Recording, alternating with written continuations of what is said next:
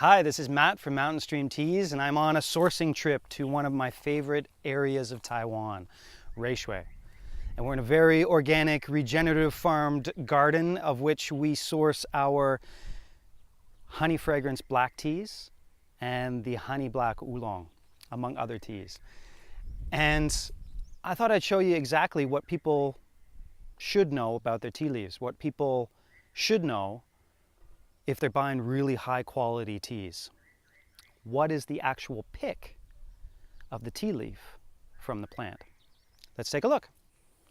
So this beautiful organic tea garden looks like it's just about ready to pick. In fact, it looks like it's a little bit overripe. There's some big, huge leaves out here that probably should have been picked a little while ago, but hopefully they're going to pick this in the next couple days because I've seen a bunch of green leafhopper bites on these guys. So what I'm going to do right now is I'm going to go through here, I'm going to pick some of the tea leaves and take them back to the car. And I'm going to show you exactly sort of the tea picks that people are looking for when they're picking various things, whether it's oolong, white tea, black teas. But I'm just going to show you some of the picks that the people who come through here to pick by hand are picking to make wonderful tea for us. So here's the tea leaves that I've just picked from the garden, and I've sort of laid them out and arrayed them in the way that they would be used for various tea processings. So over here, this is sort of what the leaf looks like. Now this is quite a large leaf. This would be like a high mountain pick. Now we're not very high above sea level, so this is not what they're picking, but this would be a classic high mountain oolong pick. You can see there's a bud and 3 leaves, of which one is quite large.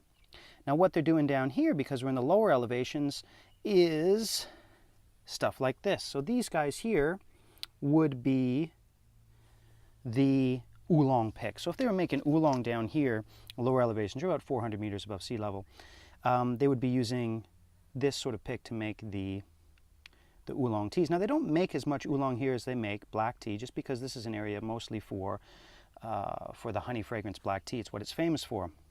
So here, this is the pick for the honey fragrance black teas.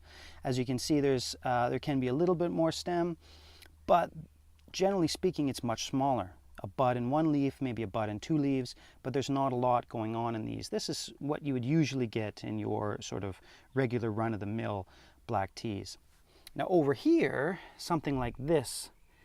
This is a pick that you would get early in the spring for one of the teas that sell for about $1,000 a kilogram.